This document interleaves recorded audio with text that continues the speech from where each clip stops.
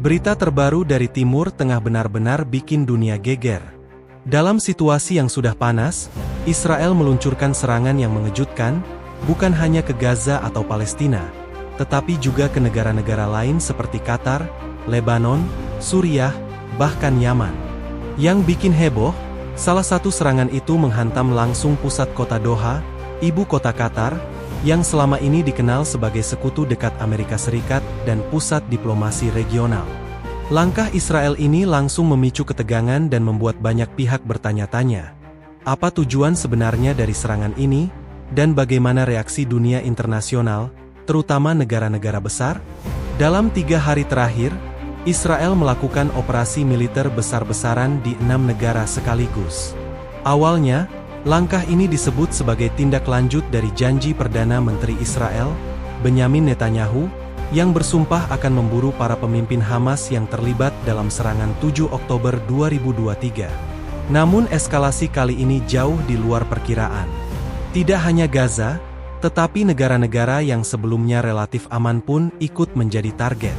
Informasi dari intelijen menyebutkan bahwa setidaknya ada 8 petinggi Hamas yang tinggal bersama keluarganya di hotel-hotel mewah di Qatar. Israel menilai kehadiran mereka sebagai bukti Qatar memberikan perlindungan kepada Hamas. Inilah yang kemudian memicu serangan udara Israel ke Doha pada 9 September 2025. Serangan tersebut menewaskan 5 anggota Hamas dan 1 petugas keamanan Qatar. Memicu keterkejutan karena Qatar selama ini berperan sebagai mediator utama perdamaian Timur Tengah. Hamas segera mengeluarkan pernyataan keras, menyebut serangan itu sebagai pelanggaran kedaulatan Qatar sekaligus upaya menggagalkan proses negosiasi gencatan senjata yang tengah berlangsung. Media internasional seperti Al Jazeera langsung menyoroti insiden ini, memicu reaksi keras dari dunia Arab. Serangan ini dianggap bukan hanya serangan fisik, tetapi juga pesan politik yang memperdalam ketidakpercayaan terhadap Israel. Di tengah ketegangan tersebut, kelompok-kelompok Islam seperti Hizbut Tahrir Internasional menyerukan persatuan dunia Arab dan umat Muslim. Mereka memperingatkan bahwa jika agresi Israel tidak dihadang, maka serangan bisa terus meluas ke negara-negara lain, membuat konflik semakin sulit dihentikan. Sejak awal September, serangan Israel meluas dengan intensitas tinggi. Selain Qatar, Lebanon, Suriah, Tunisia, Palestina, dan Yaman juga menjadi sasaran. Israel menyebut ini sebagai operasi untuk melemahkan jaringan Hamas dan sekutunya, tetapi banyak pihak khawatir langkah ini justru memicu perang kawasan. Di Lebanon, meski secara resmi masih ada gencatan senjata, serangan Israel terus terjadi hampir setiap hari. Targetnya gudang senjata Hezbollah dan pos-pos perbatasan. Korban jiwa terus berjatuhan, termasuk warga sipil, sehingga memicu protes besar di Beirut dan kota-kota lain.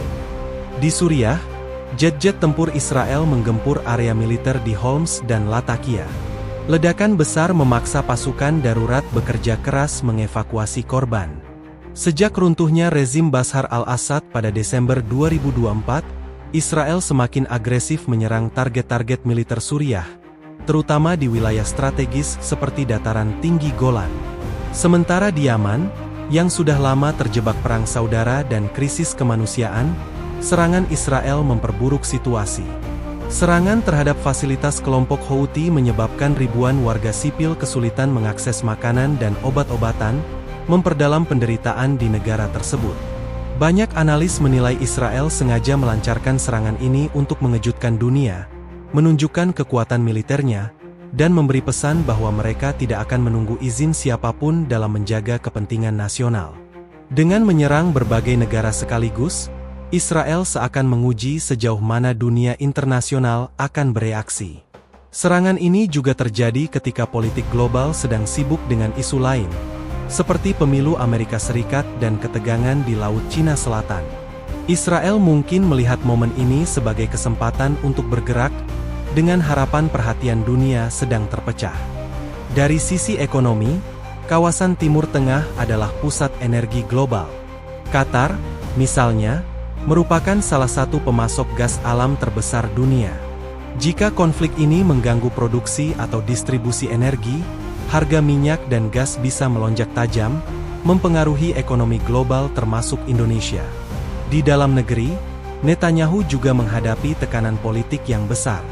Serangan besar-besaran seperti ini seringkali menjadi strategi untuk mengalihkan perhatian publik dan memperkuat dukungan nasionalis terhadap pemerintah. Indonesia, sebagai negara dengan populasi Muslim terbesar, langsung bereaksi. Kementerian Luar Negeri mengecam keras serangan Israel, terutama yang terjadi di Doha. Indonesia menyatakan serangan ini adalah pelanggaran hukum internasional dan kedaulatan Qatar. Pemerintah Indonesia juga memperingatkan bahwa konflik ini bisa meluas dan mengancam perdamaian global jika tidak segera ditangani. Indonesia mendesak Dewan Keamanan Perserikatan Bangsa-Bangsa untuk mengambil langkah tegas, meskipun selama ini badan tersebut sering terhambat oleh perbedaan kepentingan antar negara anggotanya. Presiden Indonesia, Prabowo Subianto, bahkan menghubungi langsung Emir Qatar untuk menyampaikan dukungan Indonesia. Prabowo menegaskan bahwa Indonesia konsisten mendukung perdamaian dan stabilitas di kawasan Timur Tengah. Secara global, dampak konflik ini sangat besar. Selain risiko kenaikan harga energi, ada juga kekhawatiran mengenai gelombang pengungsi baru yang dapat membebani negara-negara Eropa yang sebelumnya sudah kewalahan menghadapi krisis migrasi.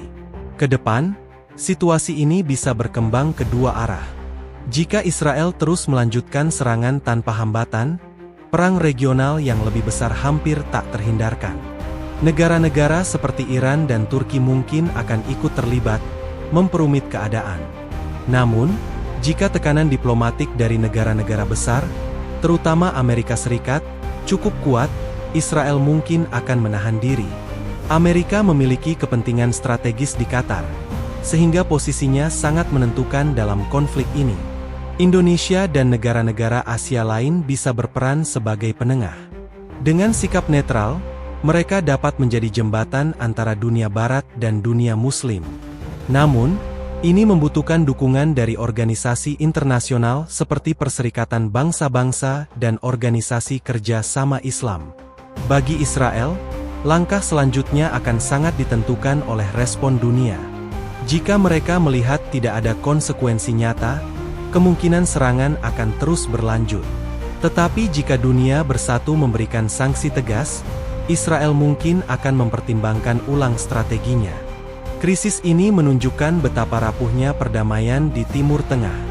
Dalam hitungan hari, situasi bisa berubah dari negosiasi yang menjanjikan menjadi konflik yang mengancam stabilitas global. Indonesia memiliki peran penting untuk terus mendorong perdamaian, tidak hanya dengan pernyataan, tetapi juga melalui aksi nyata di panggung internasional. Dukungan diplomatik dan suara yang kuat dapat membantu negara-negara yang sedang terjebak dalam konflik. Masyarakat dunia juga perlu bijak dalam menerima informasi. Di era digital, hoaks dan disinformasi dapat memperburuk keadaan. Kita semua harus memastikan informasi yang dibagikan berbasis fakta dan data yang jelas. Menurut kalian, apakah Israel akan merespons tekanan internasional, termasuk sikap tegas Indonesia, atau justru memilih untuk memperluas konflik ini? Tulis pendapat kalian di kolom komentar dan terus pantau perkembangan berita ini, karena situasinya bisa berubah dengan cepat.